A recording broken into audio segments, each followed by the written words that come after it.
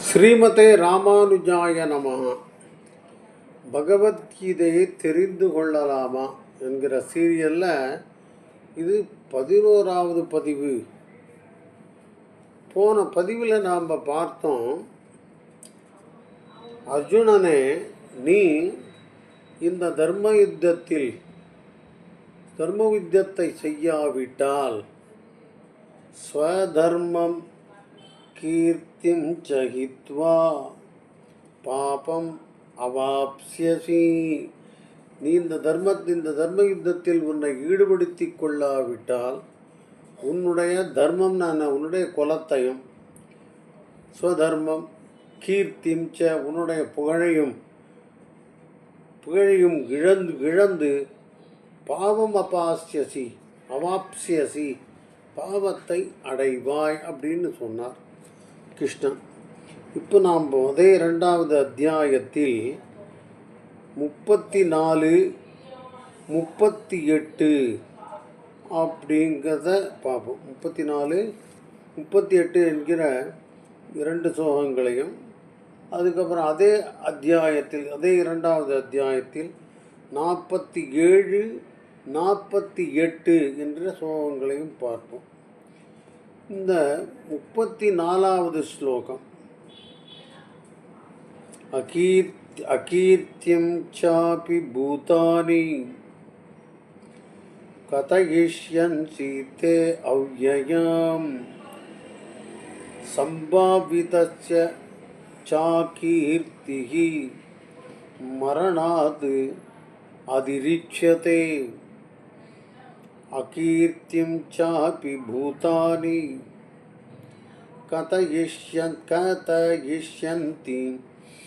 தே அவ்யயம். அதுக்கப்புறம் சம்பாவிதஸ்ய சாகீர்த்திஹி மரணாத் அதிரிச்யதே. அகீர்த்தியம் சாபி, உனக்கு அகீர்த்தி வந்துவிட்டது, உனக்கு இகழ்வு வந்து விட்டது. அந்த உன்னுடைய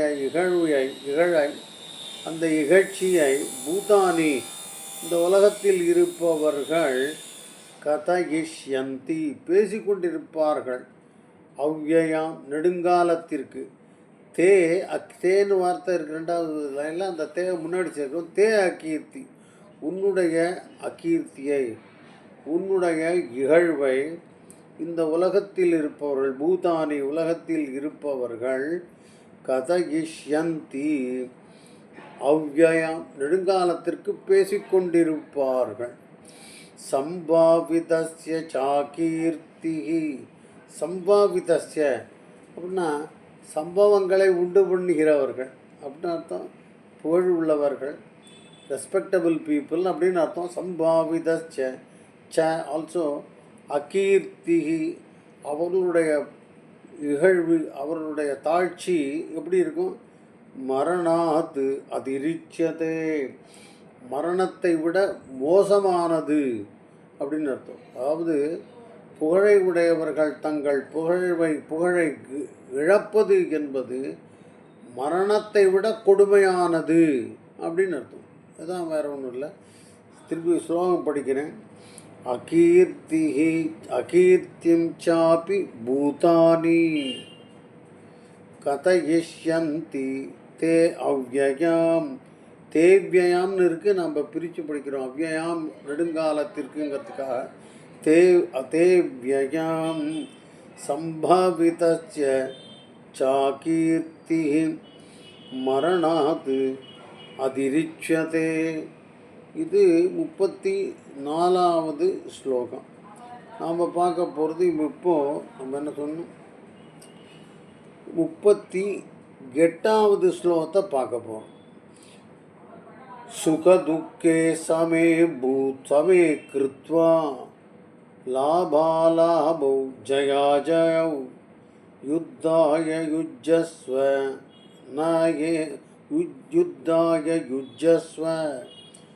நைவம் பாபம்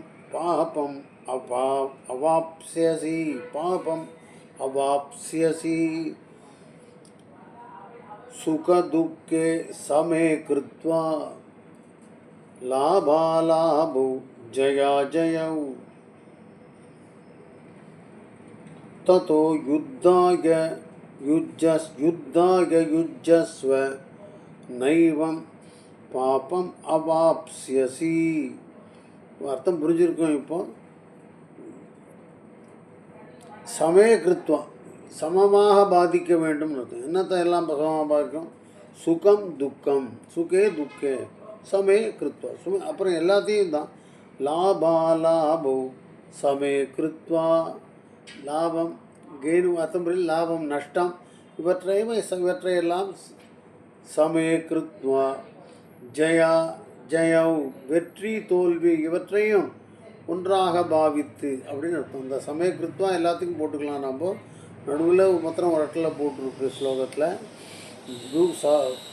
சுக துக்கே சமே கிருத்வா லாபௌ ஜெயவ் லாப அலாபௌ அப்படின்னு படிச்சுக்கணும். அலாபௌனா நஷ்டம். அதே மாதிரி அஜயம் ஜெயிக்கிறது தோக்கிறது ரெண்டையும் எல்லாத்தையும் சமய கிருத்வே.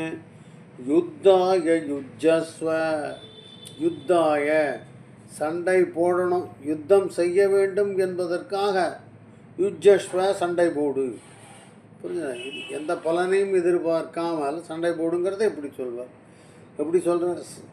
சுக துக்கே சமே கிருத்வா லாபௌ ஜெயவ் ததோ யுத்தாய யுஜஸ்வ. ததோனா மேலும் மேலும் என்ன பண்ணணும்? யுத்தாய யுஜஸ்வ இவற்றையெல்லாம் சமமாக பாவித்து மேலும் யுத்தம் செய்ய வேண்டும் என்பதற்காக யுத்தம் செய்து. யுஜஸ்வ சண்டை செய்ன்னு அர்த்தம். யுஜஸ்வ ந ஏவம் பாபம் அவாப்ஸ்யசி. ஏவம் மேலும் ந பாபம் அவாப்ஸ்யசி பாவத்தை எய்த மாட்டாய் அப்படின்னு இந்த 37வது ஸ்லோகத்தை சொல்லிட்டார். நாம் அப்படியே ஜம்ப் பண்ணுறோம். இப்போ ஒரு முக்கியமான ஸ்லோகம் 47வது ஸ்லோகத்துக்கு போகிறோம். இது முக்கியமாக பேசப்படுகிற ஸ்லோகம். கர்மண் கேவாதிகாரஸ்தே மா பலேஷு கதாச்சன மா கர்ம பலஹேது பூஹு மாதே சங்கோஸ்த்வ கர்மணி. அர்த்தம் சொல்வது நான் புரிய வச்சுறேன். கர்மண் கேவாதிகாரஸ்தே மா பலேஷு கதாச்சன கர்மபலஹேது பூஹு மா கர்மபலஹேது பூஹு மா தே சங்கோஸ்துவ கர்மணி. அர்த்தம் பண்ணிக்கலாம் நம்ம. கர்மன் கேவ அதிகாரஸ்தே உனக்கு அதிகாரம், உனக்கு அத்தாரிட்டி எதுக்கு இருக்குது? காரியங்களை செய்வதற்குத்தான், யுத்தங்களை செய்வதற்குத்தான். ஏன்னா அர்ஜுனன் சண்டை போட தயாரான மாதிரி தோற்றம் அளிக்கிறான் போலும் கண்ணனுக்கு. அதனால் சொல்ல வர கர்மன் கேவாதிகாரஸ்தே உனக்கு உன்னுடைய கடமைகளை செய்வதற்குத்தான் அதிகாரம். மா பலேஷு கதாச்சன பலேஷு அந்த உன்னுடைய செயல்களுடைய பலன்களுக்கு மேல் உனக்கு அதிகாரம் இல்லை. மா பலை ஒருவித உறுத்து கிடையாது. இந்த கர்ம பலேஷு கதாச்சன இந்த கர்மத்தினுடைய பலன் மேல் உனக்கு அதிகாரம் இல்லைன்னு அர்த்தம். சில இன்டர்பிரட்டேஷன் இருக்கிறதா எனக்கு படுறது. சில பேர் சொல்கிறா நாம் கடமை செய்கிறோம், அதற்கான கூலி அதன் மேல் உனக்கு அதிகாரம் இல்லைன்னு சொல்கிறாங்க. உண்மையான அர்த்தம் இந்த கர்மங்கிற வார்த்தையிலையும் எல்லாம் அடங்கி விட்டுறது. நீங்கள் வேலை செய்கிறது, இந்த டயத்தில் வேலை செய்கிறது, இவ்வளோ நாளைக்கு வேலை செஞ்சால் இவ்வளோ கூலி, இதெல்லாம் நடந்தது தான் கர்மம். புரிஞ்சுதா? ஸோ இந்த கர்ம பலங்கிறது என்ன அப்படின்னா இந்த அல்டிமேட்டு யூசருக்கு அது என்ன பிரயோஜனமோ அது பலம். உதாரணமாக ஒரு ஃபார்மசியில் ஒருத்தர் வேலை செய்கிறாரு, அவரோட கர்ம பலம் என்ன? இந்த மருந்து அதை சாப்பிடுபவர்களுக்கு குணமளிப்பது. அது மாதிரி தான். புரிஞ்சுங்களா? ஒரு ஃபேக்ட்ரியில் நாம் ஒர்க் பண்ணுறோன்னா நாம் பண்ணுற ப்ராடக்ட்டு அதை வாங்குகிறவர்களுக்கு என்ன பலன் அடிக்கிறதோ அதான் பலன். அதான் அப்படி புரிஞ்சுக்கணும். நம்ம கூலிங்கிறது ஒரு கர்ம பலன் அல்ல அப்படிங்கிறத நம்ம தெளிவாக இருந்துக்கணும். ஸோ கர்மண்யேவாதிகாரஸ்தே மா பலேஷு கதாச்சன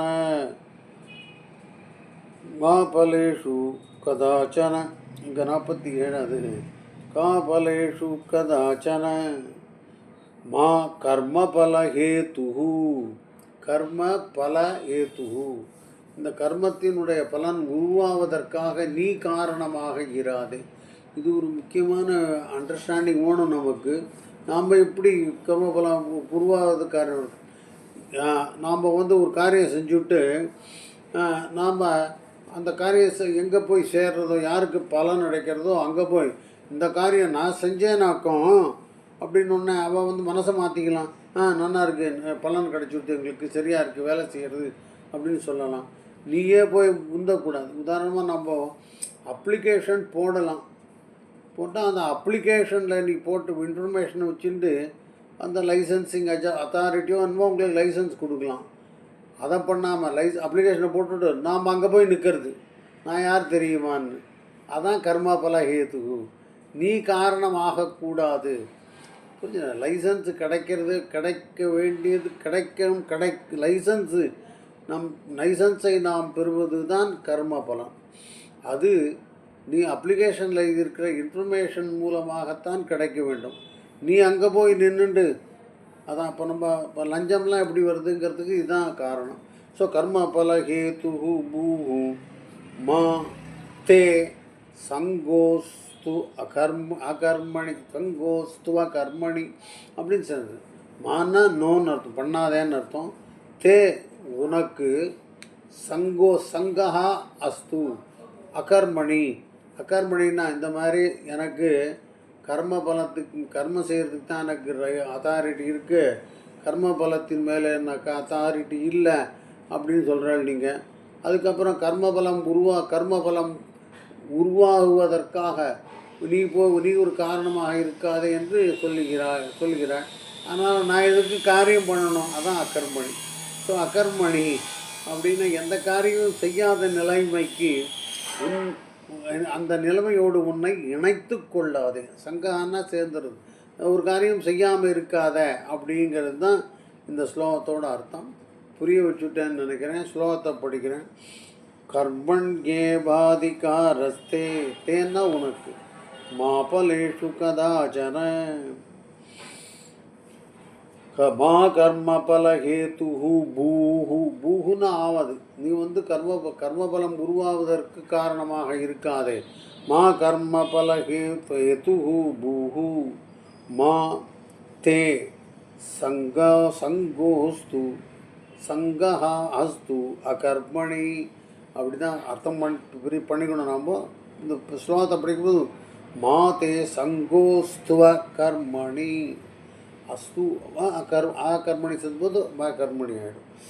அப்புறம் இப்போ அடுத்த ஸ்லோகமான 48 தானே சொல்கிறேன். ஆமாம், 48வது ஸ்லோகத்துக்கு போவோம். யோகஸ்த குரு கர்மாடி சங்கம் த்யக்த்வா தனஞ்சய சித்தியோ சமோ பூக்த்வா சமத்வம் யோக யுஜ்யதே. யோகஸ்தः குரு கர்மாணி சங்கம் த்யக்த்வா தனஞ்சய சித்திர் அசித்யோः சமோ பூக்த்வா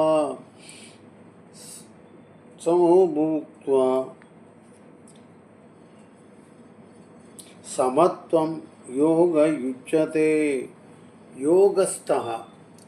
யோகஸ்தா குரு கர்மணி அப்படின்னா யோகஸ்தான்னா ஒருமனப்பட்ட மனத்தோடு கொஞ்சம் மனசை ஒருமைப்படுத்தி குரு கர்மாணி காரியங்களை செய்ய வேண்டும்.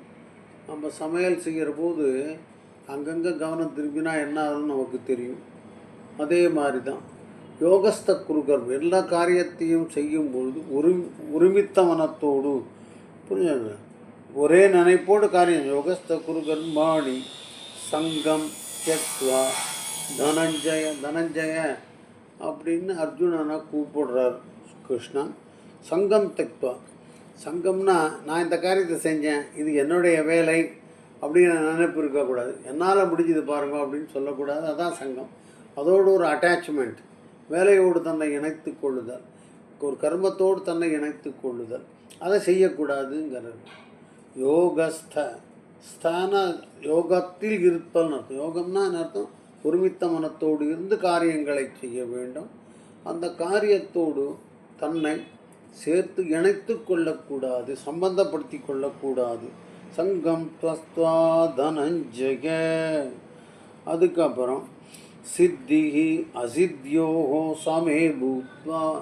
சித்தின்னா நம்ம நினைக்கிற காரியம் வெற்றின்னே புரிஞ்சுக்கலாம். அசித்தியோகோ தோல்வி, நம்ம நினைக்கிற மாதிரி காரியம் நடக்கல, அதோடு சமே பூத் சமோ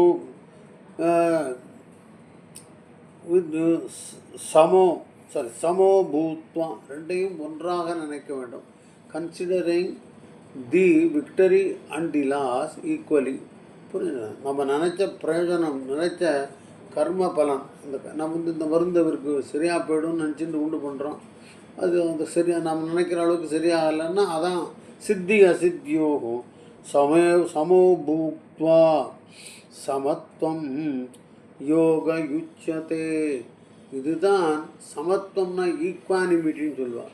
எல்லாவற்றையும் ஒன்றாக மதிக்கின்ற, எல்லாவற்றையும் ஒரே மாதிரியாக கருதுகின்ற யோகம் என்று சொல்லப்படுகிறது என்று சொல்லிட்டார்.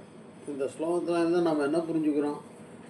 தனஞ்சயன் அர்ஜுனன் சண்டை செய்வதற்கு தயாராகி கொண்டிருக்கிறான் அப்படிங்கிற மாதிரி ஒரு சிச்சுவேஷன். இதுதான். இது மாதிரி நம்ம டயலாக்லாம் இருக்கிறதுனால தனிப்பட்ட டிஸ்கிரிப்ஷன் இல்லை, இதை நாமளாக புரிஞ்சுக்கணும் இப்போ. ஸோ இந்த ஸ்லோகத்தை இன்னொரு தான் படிச்சுடுறேன். யோகஸ்த குரு கர்மாணி சங்கம் தியக்த்வா தனஞ்சய சித்தி அசித்தியோகோ சமே பூத்வா சமத்வம் யோக யுஜ்யதே சித்யோகோ சித்தி அசித்தியோகோன்னு நம்ம அர்த்தம் பண்ணிக்கணும். சொல்லலான்னு நினைக்கிறேன். ஸ்ரீமதே ராமானுஜாய நமஹ.